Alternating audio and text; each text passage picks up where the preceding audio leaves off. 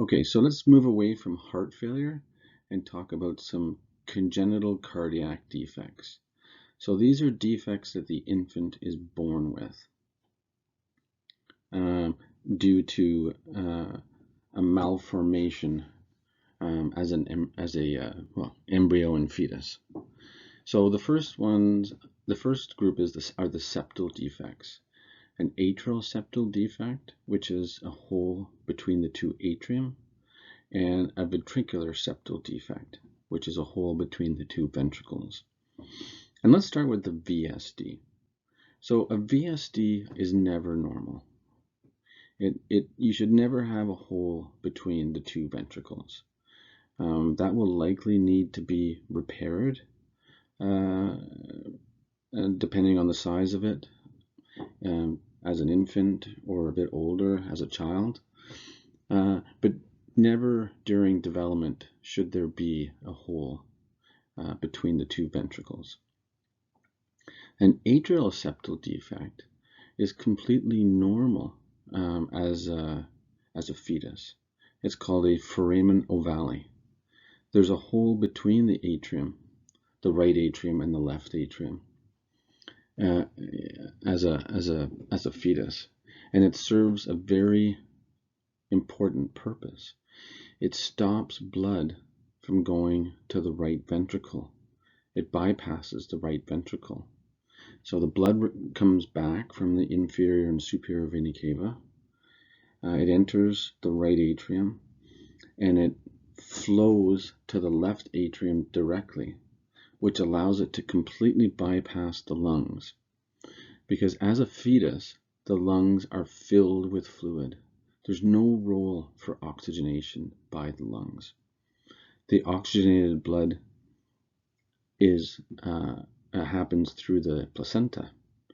So when the blood is returning to the right atrium, it's already oxygenated because it's gone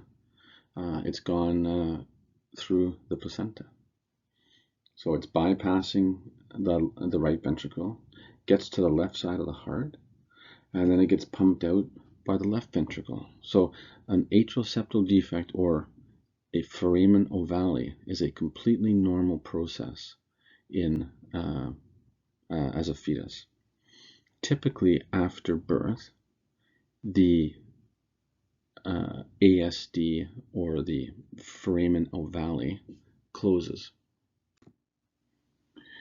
And the foramen ovale typically closes before a year of age in an infant.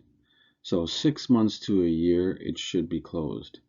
Now, if there's a small hole or a small leak between the right atrium and the left atrium, this can go unnoticed for the entire life of the person. Because it doesn't tend to small holes in the atrium don't really have a clinical consequence, but in general the foramen ovale closes within 6 to 12 months of birth. So why do we care about this hole, atrial septal defect that stays open? Well, first of all, the blood, so when you're a child or an adult, the blood that's coming back to the right atrium is deoxygenated. And if there's a large enough hole there, it'll travel to the left side of the heart, the left atrium, without being oxygenated.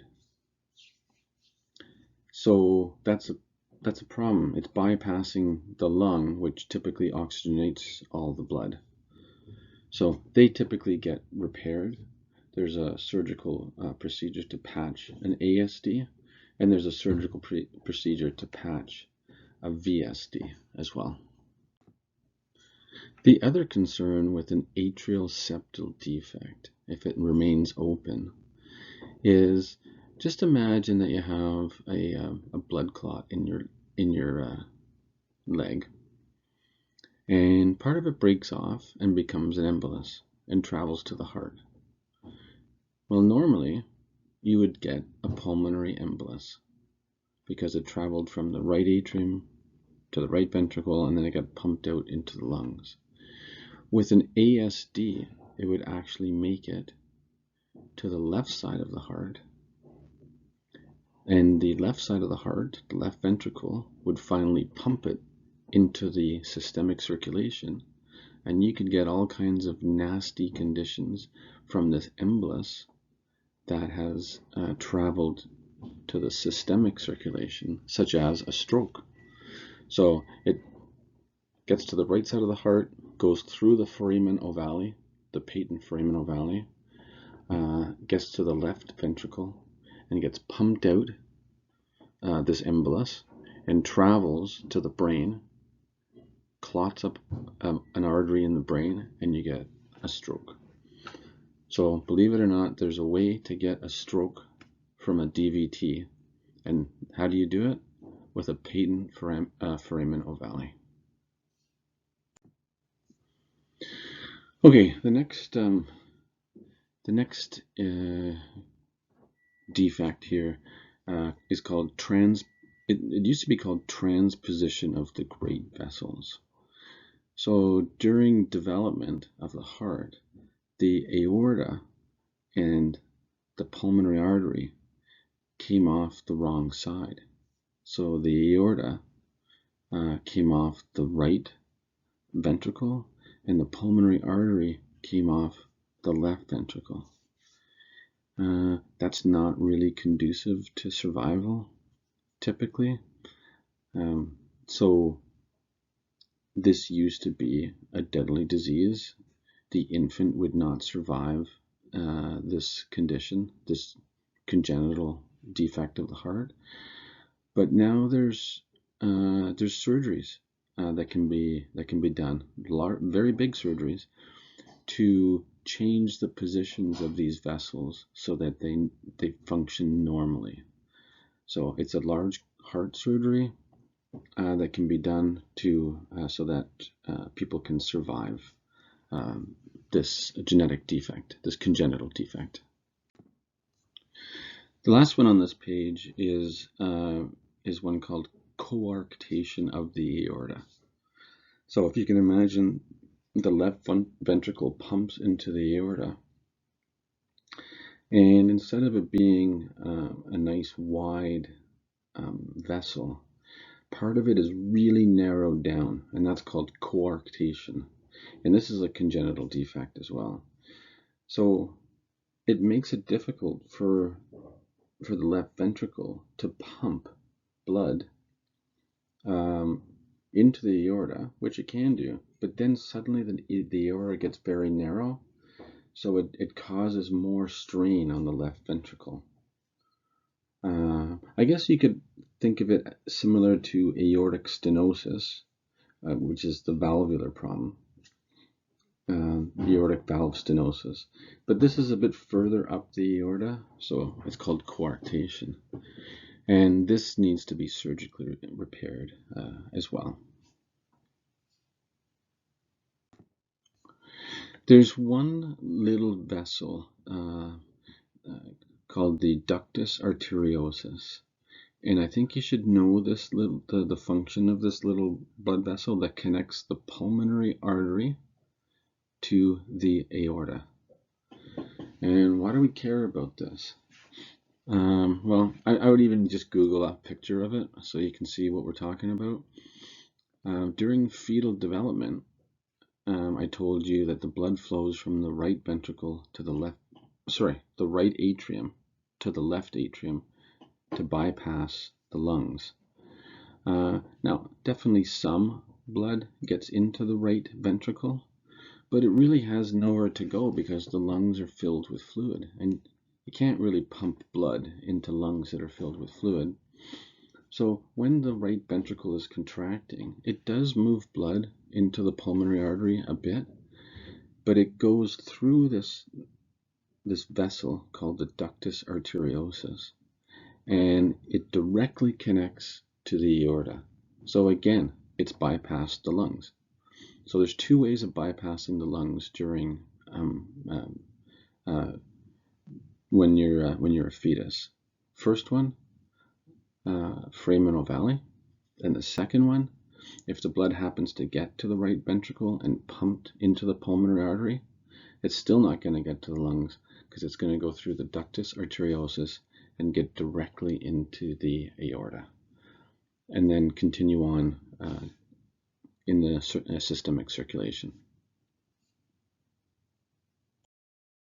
So here's a nice diagram showing a patent ductus arteriosus. So forget a word about the word patent, because what that's meaning is after you've delivered, so as an infant, it's still open, and it usually closes. But let's just talk about the purpose of it as a fetus. So let's just follow the blue blood there. The oxygen poor blood comes back to the right atrium and then comes into the right ventricle and pumps to the into the pulmonary artery. But the lungs are filled with fluid, so the pressures are too high to go to the lungs. So it's going to bypass the lungs through that little vessel called the ductus arteriosus and make it out into the aorta that way. So remember, there's two ways to bypass the lungs as a fetus: foramen ovale and ductus arteriosus. As an infant, when you're born, the ductus arteriosus closes. And it closes because the baby takes its first breath. You can imagine, you remember, the picture of the baby hanging upside down and being slapped on the bottom so it can take its first breath? Well, the first breath idea is a good idea, because when the infant takes its first breath, it actually clears all this fluid out of its lungs, and it reduces the pressure in the blood vessels in the lungs, and now the pulmonary artery can suddenly pump blood to the lungs for oxygenation. So you don't need that little artery called the ductus arteriosus to remain open any longer. You actually want it to close. If it remained open, it would be called a patent ductus arteriosus.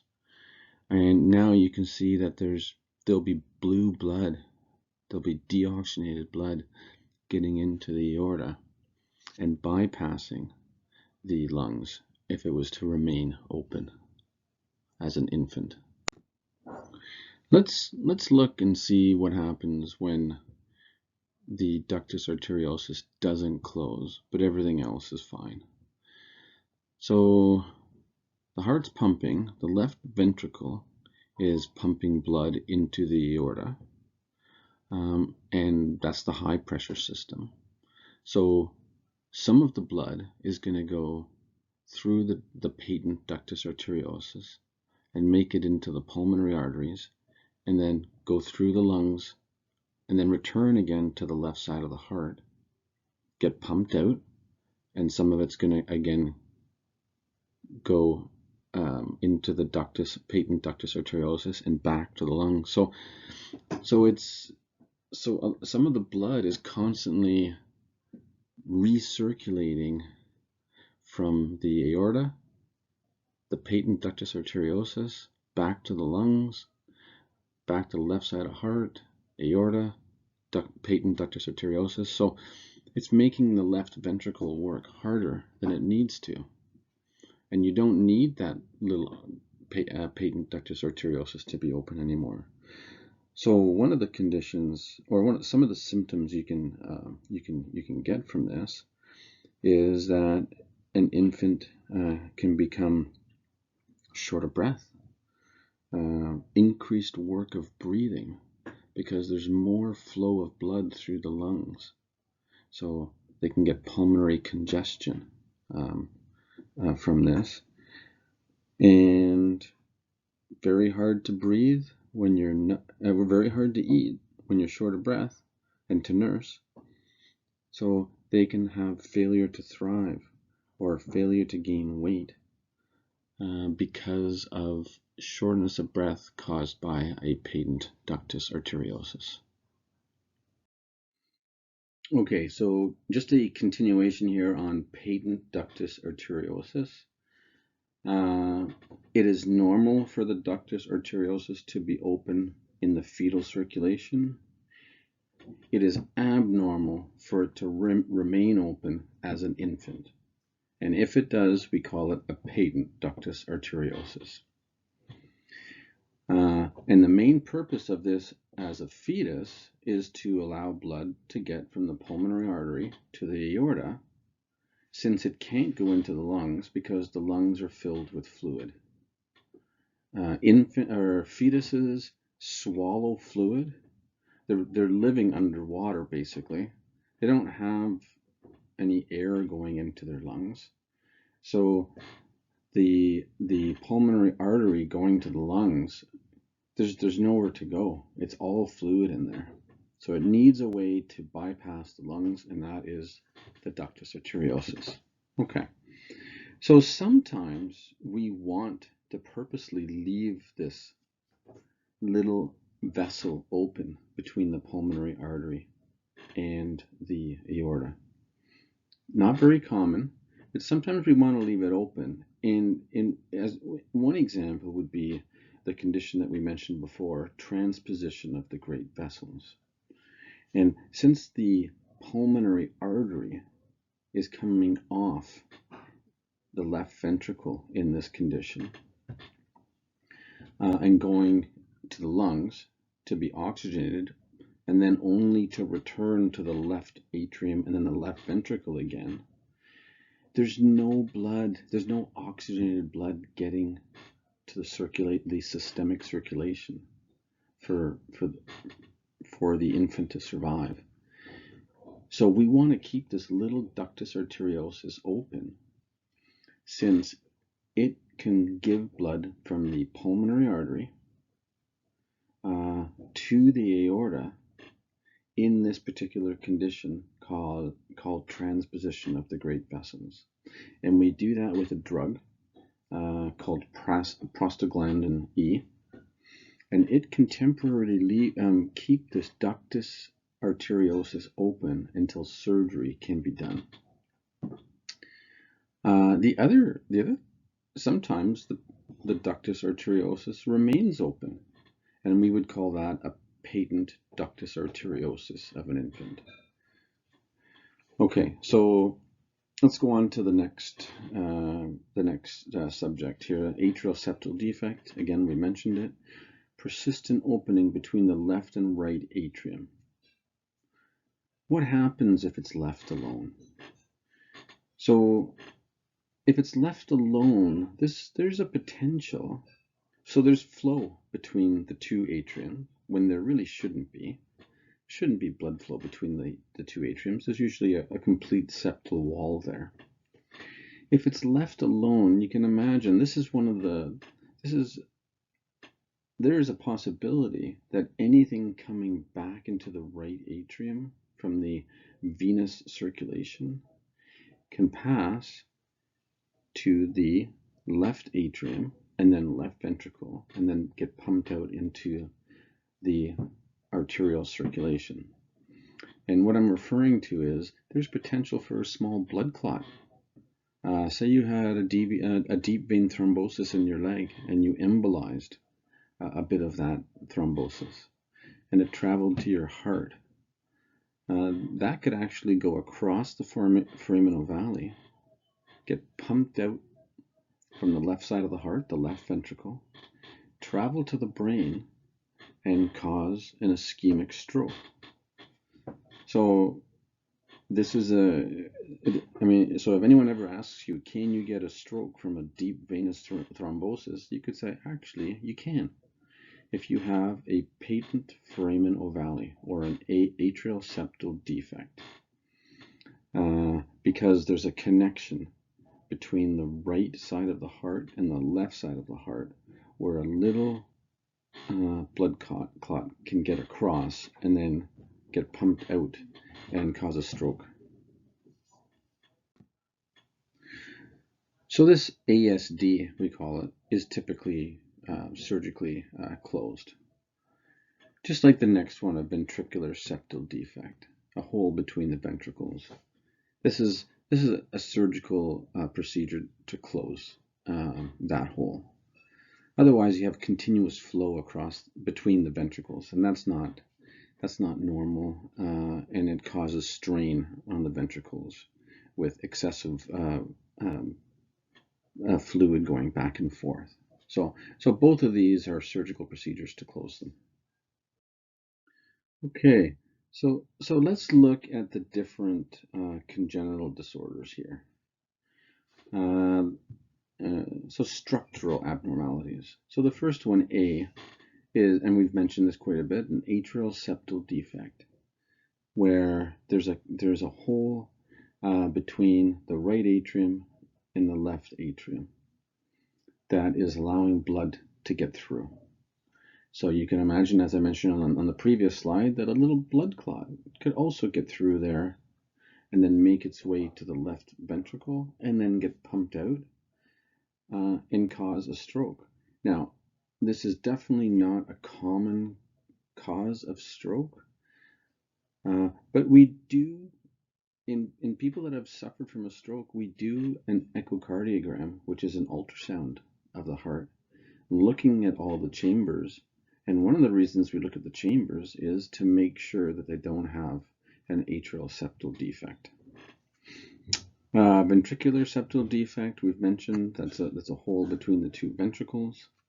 That is also a surgical procedure to fix that. Transposition of the great vessels, that definitely needs a very significant and long surgery to correct that. Look at the aorta coming off the right side of the heart and the pulmonary artery coming off the left side of the heart.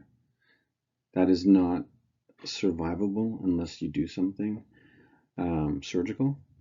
And you can imagine if you could see that little patent ductus arteriosus between the pulmonary artery and the aorta that's feeding blood from the pulmonary artery to the aorta, which is keeping the infant alive until they can have surgery.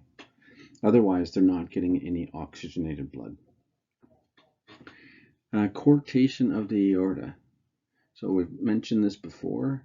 This is where you have a narrowing of the aorta, and that can cause issues later in life because there's reduced flow past the tight area, the stenotic area, and that can cause problems with flow to the kidneys.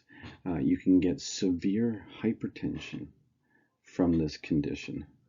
So coarctation is often not found for many, many years, and sometimes it's found as an adult that has severe hypertension that we can't seem to control with antihypertensive medications. The next one is a patent ductus arteriosus. This is an abnormal situation after birth. That little ductus arteriosus is where it typically closes. But let's look at it for a minute, because I may have I want to correct something that I may have said on a previous slide. What happens after birth if you have this condition? Well, the aorta is a high pressure system. So the blood, because it's under high pressure in the aorta, is going to go into the ductus arteriosus, the patent ductus that hasn't closed, and it's going to flow more blood into the lungs, only to be returned to the left side of the heart, the left atrium, and then the left ventricle, and then flow back out into the aorta. And some of it will again flow through the patent ductus arteriosus. So you can imagine there's unnecessarily increased flow through the lungs and then back to the left ventricle that's not needed. So this is a surgical procedure to close this, because it's excessive strain on the heart. Not that we always diagnose it, but if it is diagnosed, then it's a surgical procedure to close it.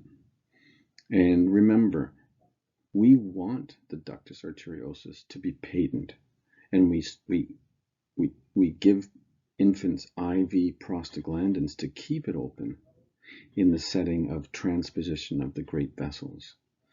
So if we think an infant has been born with transposition of the great vessels, and usually you know that from an echocardiogram when they're a fetus, they will receive IV prostaglandin E to keep that ductus patent, open, because that little vessel is a lifeline for them to get oxygenated blood. Okay, F and G, I've mentioned these terms before. Stenosis is a very tight valve. It doesn't open well. It's narrowed. So let's use aortic stenosis as an example. So the left ventricle goes to contract to pump blood out of it, but the aortic valve is so stenotic and scarred down that very little can leave. So that puts a fantastic strain on the left ventricle, which can lead to left ventricular failure. What about regurgitation? So let's use the aortic valve again. So it pumps, so the left ventricle contracts, blood pumps into the aorta through the aortic valve, which opens fine, but then it can't close fully. So blood leaks back into the left ventricle, which also puts strain on the left ventricle because it's pumping the same blood that it just pumped out. So it's doing double work to try and just move all this fluid forward, and that can lead to heart failure as well. Okay, so stenosis is usually a tightening in the forward direction of blood, the direction it's supposed to go, and regurgitation is a backflow of blood into the chamber that it just left. Okay, so hopefully that makes sense.